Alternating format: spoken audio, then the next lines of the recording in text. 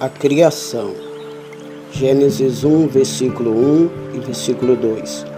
Nestes versículos temos a obra da criação em seu epítome e em seu embrião, em seu epítome. Versículo 1, onde encontramos para o nosso conforto o primeiro artigo do nosso credo, que Deus Pai, o Todo-Poderoso, é o Criador do céu e da terra e cremos nele como tal. Observe nesse versículo 4 coisas. 1. O efeito que produziu o céu e a terra, isso é, o mundo, incluindo toda a estrutura e os elementos do universo. O mundo e todas as coisas a esse respeito. Atos 17, 24. O mundo é uma casa, consistindo de histórias superiores e inferiores, a estrutura imponente e magnífica, uniforme e conveniente, e cada cômodo é bem mobiliado, com toda a sabedoria. Esta é a parte visível da criação que Moisés aqui procura explicar. Portanto, ele não menciona a criação dos anjos, mas como a terra não só possui sua superfície enfeitada com ervas e flores, mas também as suas entranhas são enriquecidas com metais e pedras preciosas, que participam de sua natureza sólida e mais valiosa, embora a criação delas não seja mencionada aqui. Assim, os céus não só são embelezados aos nossos olhos com luminares gloriosos que enfeitam seu exterior, de cuja criação lemos aqui, mas por dentro estão repletos de seres gloriosos, fora da nossa vista. Esses são seres celestiais que superam em excelência os astros, assim como o ouro ou as safiras excedem os lírios do campo.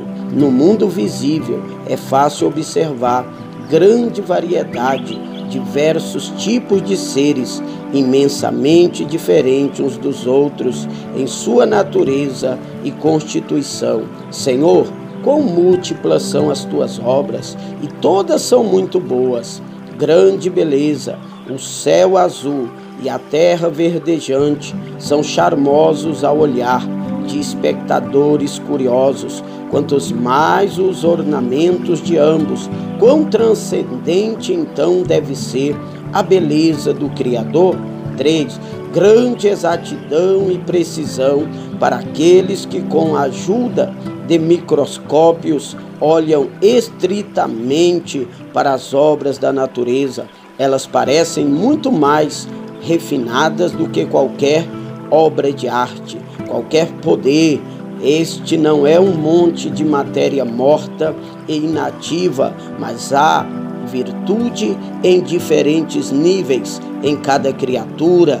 A terra em si possui uma forma magnética, grande ordem, uma dependência mútua de seres, uma harmonia exata de movimentos e uma admirável cadeia e conexão de causas. Grande mistério. Há fenômenos na natureza que não podem ser resolvidos, segredos que não podem ser compreendidos nem explicados, mas a partir do que vemos do céu e da terra, podemos facilmente deduzir o poder eterno e a divindade do grande Criador, e podemos nos suprir com motivos abundantes para os seus louvores, e que a nossa condição e posição como homens nos faça lembrar da nossa obrigação como cristão, que é sempre manter o céu em nossa vista e a terra debaixo dos nossos pés. 2. O autor e a causa desta grande obra, Deus. A palavra hebraica é Elohim, o que indica o poder de Deus, o Criador. El significa o Deus forte, e o que menos do que uma força poderosa poderia fazer surgir todas as coisas do nada. A pluralidade das pessoas da divindade, Pai, Filho e Espírito Santo, este nome plural de Deus, em hebraico, que fala dele no plural, embora ele seja um, talvez fosse para os gentios um sabor de morte para a morte, endurecendo-os em sua idolatria. Mas isso é para nós um sabor de vida para a vida, confirmando a nossa fé na doutrina da Trindade, a qual, embora seja apenas secretamente sugerida no Antigo Testamento, é claramente revelada no Novo Testamento. O Filho de Deus, a eterna palavra e sabedoria de Deus, estava com ele quando fez o mundo. Provérbios 8:30. Frequentemente ouvimos que o mundo foi feito por ele, e sem ele nada do que foi feito se fez. João 1:3, João 1:10, Efésios 3:9, Colossenses 1:16, Hebreus 1:2. Oh, que pensamentos elevados isso deve formar em nossas mentes a respeito desse grande Deus, de quem nos aproximamos em adoração religiosa, e deste grande mediador, em cujo nome chegamos mais perto. 3. O modo pelo qual esta obra foi realizada. Deus criou, isto é, fez do nada. Não havia nenhuma matéria pré-existente a partir da qual o mundo foi produzido. Os peixes e as aves foram certamente produzidos a partir das águas, e os animais e o homem da terra. Mas esta terra e estas águas foram feitas do nada. Pelo poder comum da natureza, é impossível que algo seja feito do nada. Nenhum artífice pode trabalhar a menos que ele tenha com que trabalhar. Mas pelo poder infinito de Deus, não só é possível que algo seja feito do nada. O Deus da natureza não está sujeito às leis da natureza, mas na criação é impossível que ocorra o contrário, porque nada é mais desrespeitoso para a honra da mente eterna do que duvidar da sua onipotência. Assim, a excelência do poder pertence a Deus, como também toda a honra e toda a glória. Quando esta obra foi produzida. 4.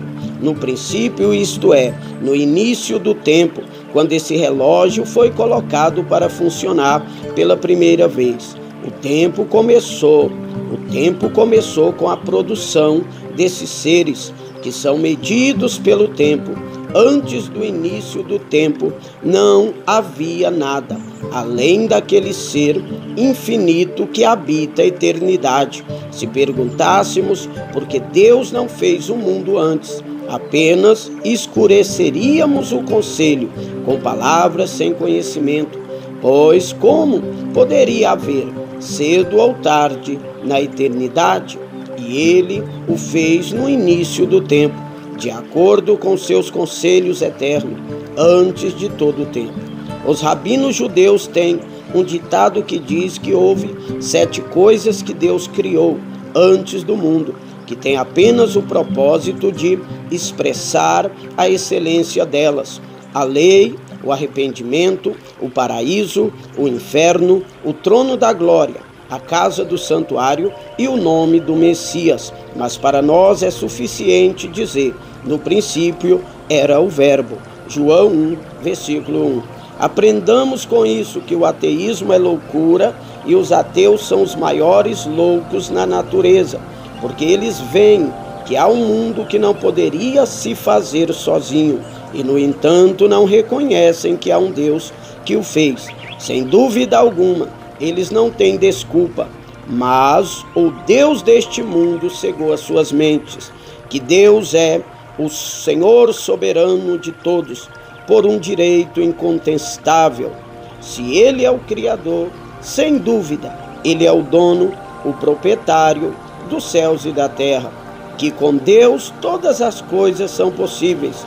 Portanto, feliz é o povo que o tem por Deus e cuja ajuda e esperança espera do seu nome. Salmos 121, versículo 2 e 124, versículo 8.